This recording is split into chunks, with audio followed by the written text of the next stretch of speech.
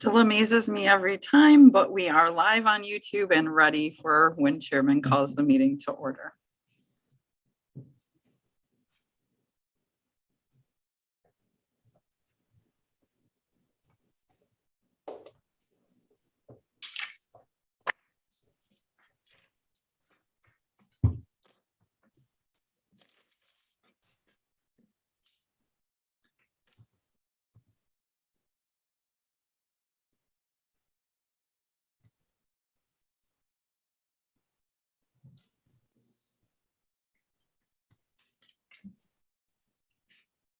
Okay, I've got 10 o'clock, so we'll call the meeting of the Finance and Administration Committee to order.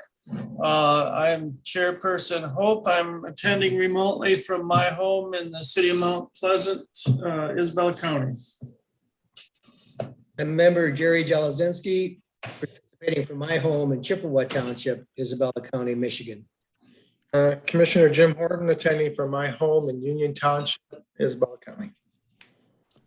Okay, and the first item is call to the public. Nicole, do we have anyone?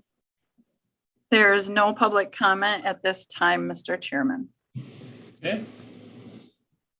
Seeing no public comment, we'll move on to item number 4, which is consider approving the fiscal year 2021 budget amendment, adding $1,750.77 to reimburse fiscal year 2020 general fund expenses for the Isabella County Sheriff's Office and Correctional Facility project, and removing $1,819.796 of fiscal year 2021 project expenses from the general fund, and authorize the board chair to sign the same.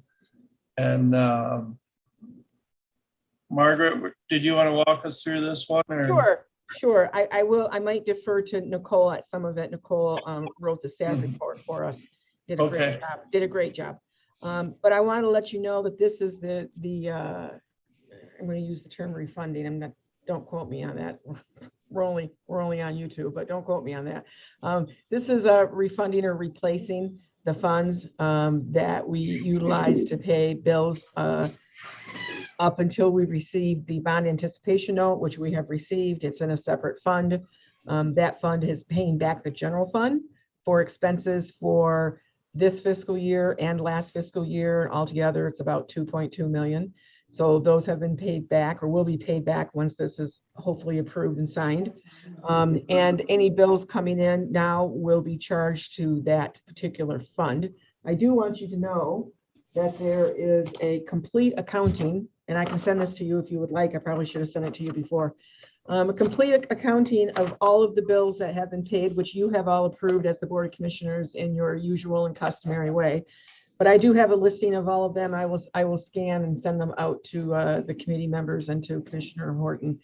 So you can look at that and you can see that if you total up what was spent in 2020 and what's been fiscal year 2020 and fiscal year 2021, it equals the $2,261,832.43 that are being repaid to the general fund. So that's basically what this is. You know, this is a budget adjustment, and budget adjustments over $50,000 come to the Board of Commissioners. So that's why it's coming to you today, obviously over $50,000. Nicole, is there anything that you would like to add? No, I think you did great, Margaret. Really, it's just cleaning up the budget, right? And because fiscal year 20 is already ended, the jail expenses that we previously paid in fiscal year 20, really the only way to reimburse ourselves for that is increased revenue in the current year, and that pretty much goes into fund balance. And so that's new revenue this year to replace those, to cover those expenses paid in fiscal 20, and then the 1.819 million that is being decreased in the current year budget is because of that previous budget amendment where you approved $1.8 million in jail expenses in the current year. Those aren't going to happen in general fund now. We have the jail fund that they're going to happen out of. And so this budget amendment, no, we haven't spent 1.8 in total in fiscal 21 on jail expenses because this is a budget amendment. We're just removing that amount in the budget that we said we were going to spend on these expenses. So it's really great news, fantastic news for the current budget, as you might imagine. Yep. Nicole, did you say the 1 million for fiscal year 2020 will go into the reserves? Yes, yes. Basically, that's what will happen with that because there's no, see, we're increasing the transfers in, or we're increasing the revenues in the current year by that $1 million that's replacing those expenses from last year. But there's no offsetting or matching expenditure in the budget, right? It's just $1 million of new revenue. And so that's going to go right to the bottom line. That's going to end up right in the fund balance, as long as everything else in the budget shakes out correctly. Yeah.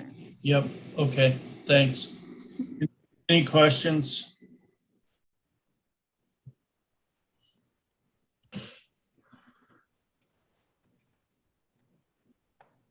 Okay. I guess we're all set on this then, huh? Yes, need a motion to consider moving it to the, Right. yeah. Right. Commissioner Jelizinski, would you make that motion?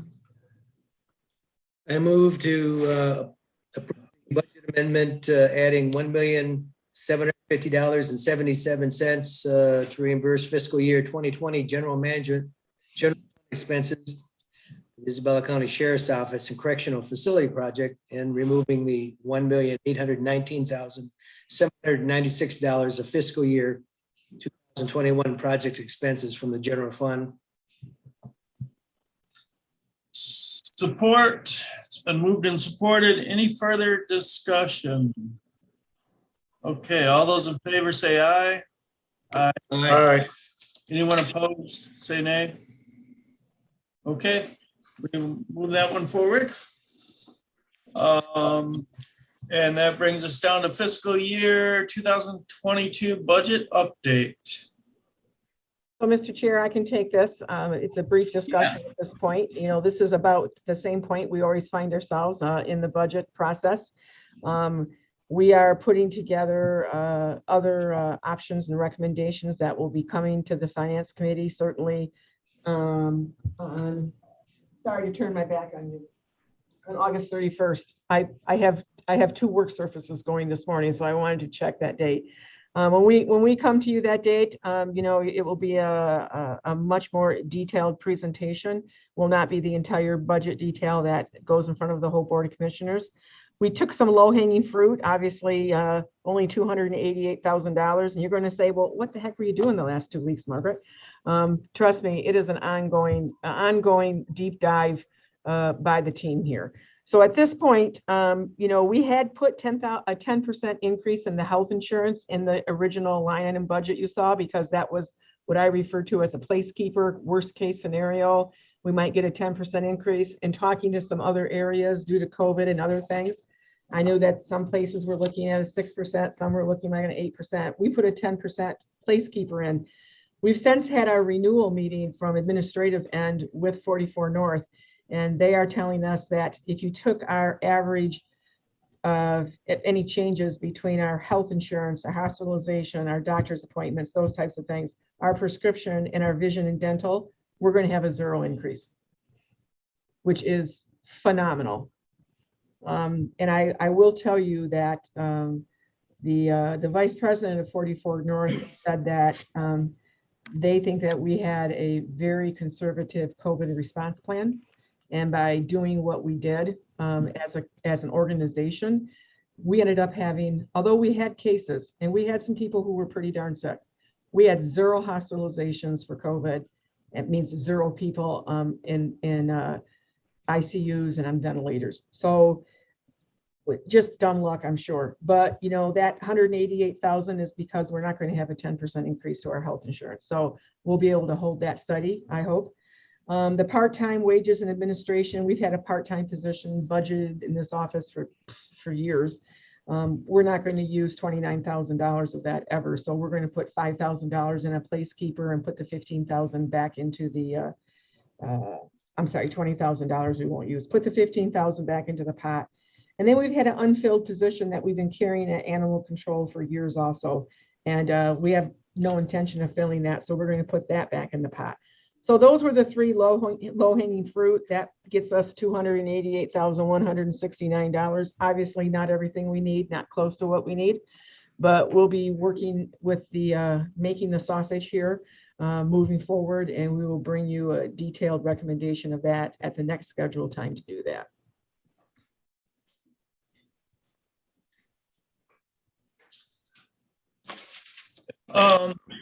Margaret, that transfer in from commissary for F-150 for Yeah. are we putting that off? No, we generally transfer in from commissary. Commissary is part of the general fund. It's not any difference than if we would transfer in from any other area. It's in the sheriff's office, but it's part of the general fund. We've been transferring in from commissary since I got here to purchase those types of vehicles. So it's not at all unusual. That would be an adjustment to the revenues of 56,415. And then the adjustment to expenditures is 288. I'm sorry, good point. I just blipped over that on my sheet, but we have been doing that arrangement for 8 years now, and it works very well. Works very well. I will say that, you know, the sheriff tried to had that pickup truck in this year's budget, but of course couldn't get it, given all the situation with manufacturing. So we went with an SUV, which ended up being cheaper than what the board had authorized for the truck. But he doesn't need that truck. And particularly when you look at some of the equipment that they're towing around and where they end up going on calls, a pickup truck is not going to be a luxury for the sheriff's office. It's going to be a requirement. So at this point, we would be transferring in that 56,415 from commissary, if that's recommended in the capital expenditures. Which I'm sure all of you are aware that we do have a rotation plan with the sheriff's office to make sure that our folks who are responding are driving vehicles that are as safe as possible. So they're rotating those out between about 75,000 and 100,000 miles. So, and also we're now using that online auction, and the undersheriff actually is managing that online auction for any of the departments. So when we get rid of a truck from Parks, or we're looking at trying to unload something from some other place that hasn't started in 3 years or been moved, we found a few of those over the last 8 years. But now the sheriff's office with the undersheriff Burns is doing that for all of us, and it is so much more efficient. And the whole online auction thing has worked very well for us. We appreciate them doing that. Yeah, it's a nice deal. The other thing that struck me is the healthcare. If we see a 0% increase, that'll be huge. That'll be fantastic. And I think it's more than just dumb luck that we had 0 hospitalizations for COVID. I think planning and being a little conservative certainly didn't hurt. Thank you, Commissioner Hope. That means a lot to me. Good. Any other comments or questions? Commissioners? Yeah, Commissioner Jelezinski. I have a couple. At this point, we haven't looked at a inflationary pay increase for wages. It's on the table, Commissioner. You know, everything's on the table at this point. So when I come back on the 31st, I will be making a recommendation one way or another on that. We certainly want to try our best, I think. I want to try my best to make a recommendation to the Board of Commissioners that will keep our classification system in line. It will not take long for that to get out of whack. So if we did something, and I'm not saying right, wrong, or indifferent, I'm just saying for discussion purposes. Let's say for 3 or 4 years, we didn't give an increase, or we only gave 1%. In 5 years, it's going to be out of whack again. And we just want to make sure that we're able to recruit, you know. And I will tell you, Commissioner, interesting that you would bring that up today. I have another county in another part of the state contacted me yesterday and asked some questions about our study. And, you know, we share those things all the time. So I'm always getting questionnaires or from other counties. Well, what do you pay your deputies? What do you pay your accountants? What do you pay your custodians or whatever? That county is where we were a few years ago, and a lot of counties still are, of looking at, it's a big hill. The further down you go, the higher the climb is to get back. And so at this point, Commissioner Jablonski, I'm not prepared to make a recommendation, but I can tell you my intention is to try to keep us steady. Okay, thank you. The other question relates to an email I think all commissioners have received from somebody in the clerk's office inquiring about health insurance for retirees, and you were Yes. going to look into that. Are we looking at health insurance going forward, or looking at, we may be looking at nothing because of the cost, but we also have a body of retirees that have retired well into the past that are still alive. What is up with that? So what's up with that is that I have talked with the vice president of 44 North. I've asked her to get some suggestions back to us. I'm sorry, I feel like my camera's in a weird, oh, gee, that didn't help. I'm sorry. Now I knocked my camera right off. I've talked with her and asked her to come up with some options for us to bring to the board and to discuss probably at this committee first, I would think. The issue comes down to this, we do not have any post-employment benefits. So we as an employer do not pay health insurance for retirees. We don't have other post benefits. A lot of municipalities that do are struggling very much with those. And I would not recommend that the Board of Commissioners pay for post-employment benefits. I do think that it's a legitimate question to see what can our company, which is 44 North, put together for options for employees to perhaps buy their own at a rate that wouldn't be as high as continuing what our insurance is. I will tell you, we have a number of retirees on the county insurance, and they pay every month for that. And if you retired at 50 or 55 and you want to do that till you're 65 and you can afford it, it's fabulous insurance. We all know that. But once you hit 65, the rates go up dramatically because those of us over 65 have more expensive healthcare needs, right? So I don't think that it would be in the county's best interest to pay post-employment benefits. But I do think it's good information to provide for our employees to have them make informed decisions. And if 44 North can put together some options that are attractive because we're one of their members or one of their businesses, that would be very helpful. So I think Lisa and I last talked the week before last, and I have not heard from her at this point again, but she was going to put together some options for me to bring to the Finance Committee. Thank you, Margaret. You're welcome. Chairman Hope? Yes, sir. Go ahead. Yeah. Jerry, I can echo Margaret's statement on the health and care in regards to the retirees. I was approached a few months ago, and it wasn't an inquiry about paying from the county's general fund or paying the county paying retiree healthcare. It was more of, as Margaret stated, it was when we leave, can somebody provide us with information that's out there for us to obtain healthcare on their own? That is, again, 44 North's in a great spot. They've got all that information at their fingertips pretty much. And I don't think it'd be much work on their end to just provide future retirees for the county what their options are once they leave. It's probably something we can do with probably little or no cost on our end. But it would be just something, as I beat this horse to death, but helps the family out, helps people that have been with us for a number of years when they do leave our employment, that we assist them to make sure that their life is not too terribly shaken up, for lack of a better term. So that, I don't think the person, I'm 100% certain in my discussion with the email that wasn't intended for the county to look to pay for those. That was an intent to just get some help once they leave to find out what's out there, help them. And I think that's a good thing for us to look into doing. So we have been working at it. 44 North, I know I've been in contact with Margaret, and she put the person in contact with the person at 44 North, but I think Margaret's taking it a step further and communicating with 44 North. And I think that will be something we need to address. I mean, I think it's again, very little, if any, cost to the county other than a little time. But it just helps our employees take that a little bit off their workload at the end of their career here at the county. And let's see here. I don't know if I have too many questions as far as this goes. I know we're probably in the middle to the end of getting this budget to before we can really start having some in-depth conversations.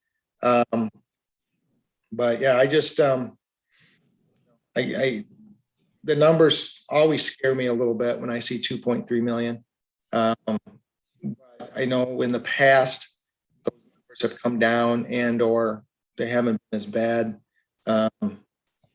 Around at the end. So I know we're at the beginning of a budget and usually at the end of the fiscal year of a budget, it comes back and sometimes we're right there. Sometimes we're a little over, sometimes we're a little under, but I worry, and you guys have heard this over the years, I'd like to see numbers like this. But I'm sure it's going to be addressed and, or, it is what it is right at the moment. But again, I'm comforted in the fact that we have a good history in the past getting these things solved. We have to have a balanced budget that's required. And also too, I think the name of the company, if I recall correctly, is Ranger Bid that the sheriff department was using. It's called Ranger Bid, I believe. I believe that's true. Yes. And again, sometimes in my time, especially when you're surfing and doing all this other stuff, you look at those and there's some pretty good deals going on if you're interested in purchasing some county vehicles, not necessarily our counties, but other things, or even my bid, MI bid. It's another way people get rid of some of the vehicles, and any little bit helps, especially when you're dealing with a if you have a replacement plan in your program. So yeah, that's all I got to say on that. So yeah, Commissioner Jelizinski, thank you Margaret, thank you for helping 44 North stuff. I think it's, again, very little cost, if any, to us, and it helps our employees out. So that's all. One of the other things too, if I may, Mr. Chairman Hope, one of the other things too that I did find out in talking with Lisa is that, and she's the vice president there at 44 North, and she's our person. She's fabulous. But we have two employees at Commission on Aging who, part of their training, and you approve the contracts for the funds that we get to do that every year, have to do with training to provide to folks to help them gather the information to make a decision about what type of insurance they want to get to. Gosh, my mind just went blank. To Medicare Part D. Yes, thank you. Thank you. To augment the Medicare. And that's a system, and we have another commissioner who's talked about doing that when his mom was alive, and how helpful that was to him. And we have a lot of our seniors who appreciate that. But also, when I was talking to Lisa, to do that type of assistance with people has to have a certain certification, and 44 North has a person that is what that person does. They work with folks as they're approaching the eligibility for Medicare, so that they can make informed decisions on what to buy to support the Medicare. So it depends on what's your medical history, what medications do you take, what's your family history. And I think that's a very useful thing. I mean, some of our employees may not feel comfortable having that discussion with a co-employee, right? Mm-hmm. So while other folks of a certain age, and I include myself in that, may be more comfortable going to Commission on Aging to talk to one of our professional folks there who can do that, maybe an employee would rather talk to someone else who's not associated here. So I'm talking to Lisa about, how can we make arrangements for that?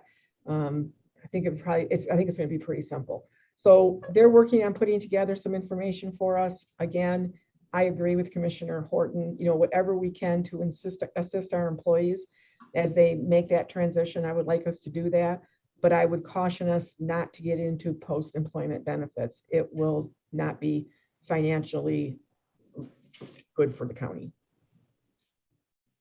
Right. Yeah. Commissioner Jelizinski. I was just going to echo the same thing. I worked for a couple of counties that did provide retirement health benefits, and it is a challenge. And you look at legacy costs. I mean, when you're trying to pay off your MERS obligation, and even though I would like to be able to provide something, I don't see us in a financial position to consider anything out of our fund for support. But that said, I think 44 North is in a good position to make some good recommendations. Retirement health costs are a high cost for retirees, and anything we can do to lessen that liability on their part as they go forward, I think is great. Yeah, I think we're all on the same page about that. So as soon as Lisa gets me the information, I will be bringing it and get it on a finance agenda, and we can chat about that. Thank you. Commissioner Jelzinski, thanks for your questions. The important points that you brought up.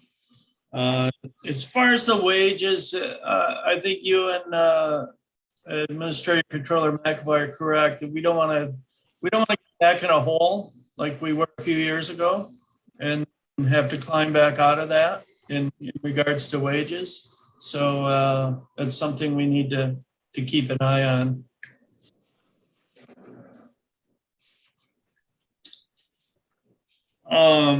Anything else? Any other questions? Comments? Okay. Invoice list discussion.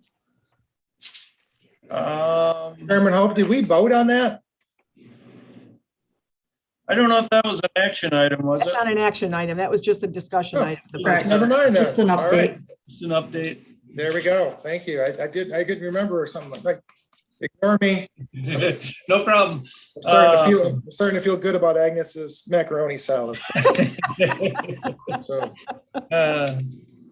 Okay. That first, I see there's 12,000 for MGT of America Consulting for the cost allocation plan, and I think we do have one new commissioner that he's probably familiar with cost allocations plans, having been on the school board, maybe not, I don't know, but maybe work session will kind of run through how that works again. Sure. And I looked at the quarterly budget report, and that's the indirect costs will bring in $772,000 and some change. So, but the reason that we pay $12,000 to this company to do one, we're mandated to do that, correct? Well, the cost allocation plan is, I don't know how to answer your question quite as simply as that. So, the indirect cost, the cost allocation plan is completed so that indirect costs can be charged. So if we have a federal grant and we're going to charge indirect costs to it, you have to have a cost allocation plan done. Exactly correct. But, we charge indirect cost rates to more than just federal grants. I mean, the MIDC by itself is over 100 and I can't even think off the top of my head, $35,000 a year. So if you look at that, we pay MGT $12,000 a year to do this cost allocation plan. And as you just said, Chairman Hope, the benefit to the general fund is $700,000. It's a pretty good investment. And there's really a number of companies do it, but there's two kind of top companies, Maximus and MGT. And we switched to MGT a couple years ago when we went out for bids. They certainly do much more of them now than Maximus does. But we've been very satisfied from the administration controllers and with the product that we receive. It's a great investment for us. Okay. All right. I didn't see anything else on these two lists that kind of stuck out. I just kind of wanted to have a little bit of conversation on that cost allocation stuff, especially for the new and newer commissioners. Other than that, I think it's pretty routine stuff. A lot of drain work going on in the county, but That time of year. Yeah, yeah. Commissioner Horton or Commissioner Jalzinski, do you gentlemen have any questions or comments? Yes, sir. I was just looking at the Casa Loma Apartments, Michigan Tax Tribunal refund of 2020 taxes of 28,753. I think I remember in some of the last in this list, we've had other tax tribunal findings in favor of apartment. I suspect this is because of taxes being reduced because of the COVID-19 pandemic and occupancy rates going down. I guess the one question I have, and it looks like on the second list is Bader and McDonald LLC. I don't know if that's another apartment one, but when those get refunded, do they come out of the general fund or do they come out of the delinquent tax fund? Or where do they get paid? How does that balance the books? I can ask that question of the treasurer. I would prefer to ask that question of him. If you'd like Okay. me to, I'm happy to do that.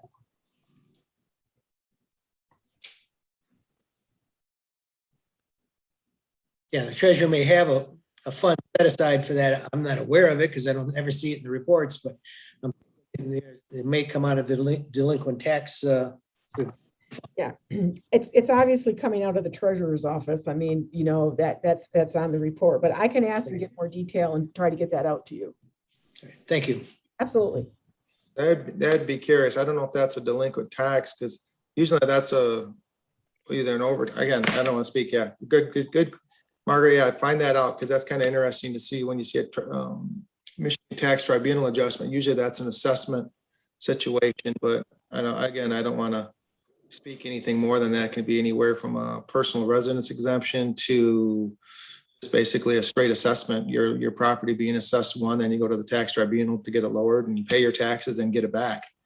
I mean, that's, but again, that's interesting. You see that quite a bit, just not this time. You do see adjustments, and again, I always understood it to be that way, but finding out would be a good thing. So It may be nothing more than those that receive that tax have to pay it back. And if it's counties, it just comes out of our revenues. you mentioned apartment buildings. I mean, that's been an issue with Union Township for quite a while. They invested at one thing, and it involves anywhere from, like you had mentioned, lower leases, lower people applying for it, or that there are certain, and again, I don't want to speak for the tribunal, or I'm going to give you my extent of my knowledge, and it's not much, but it's a different way they assess it or rate it, and then it's challenged by the property owner or the taxpayer. Say it's not rated, and why you're doing this, and this is that. So that's been ongoing for years, and it's just part of taxable. When your revenue is based on taxes, you're going to see this quite a bit on tax tribunal challenges and things like that. So yeah, it's curious to see that. I see that all the time, and there's always a story behind the story. Some people get personal PREs and refunds because they're disabled veterans, and they have to put the paperwork in and that sort of thing too. So all that kind of ties in, and where that, how that works, and that is part of the tax basis. When you generate revenue, sometimes you have to give some of that revenue back if it's not properly done. Not when I say properly done, it's just part of the system, I guess. So Steve probably understands that quite well. So I don't. I give you my spin right there, and that's all I'm going, because I got up to the second grade level right there, and I was starting to sweat. So I'm done. So I won't even chime in because you kind of covered about everything I know about it. So and then some. So all right. Okay. Any other questions or comments on that? Or anything else before we move on? Then we'll move on to our second call to the public. Nicole, do we have anyone on the line? We do not at this time, Mr. Chairman. Okay. With no one there, we will move on. Anything else, commissioners that you want to add or before we close this up? Okay. All right. Chairman Hope, real quick.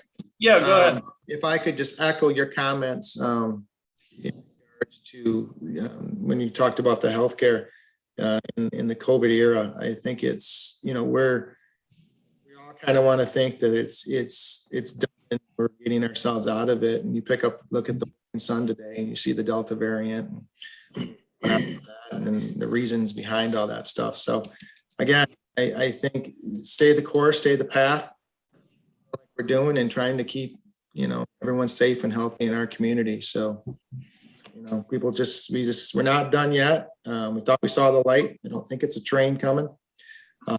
And we just got to keep going forward. So that's all I got to say. Sorry about interrupting your adjournment there. So No problem. No problem at all. Okay, with that, we will adjourn at 10:35. Thanks, everyone. Thank see you. everybody. Thank you. Take care. Yep, thank you. Bye-bye. Bye.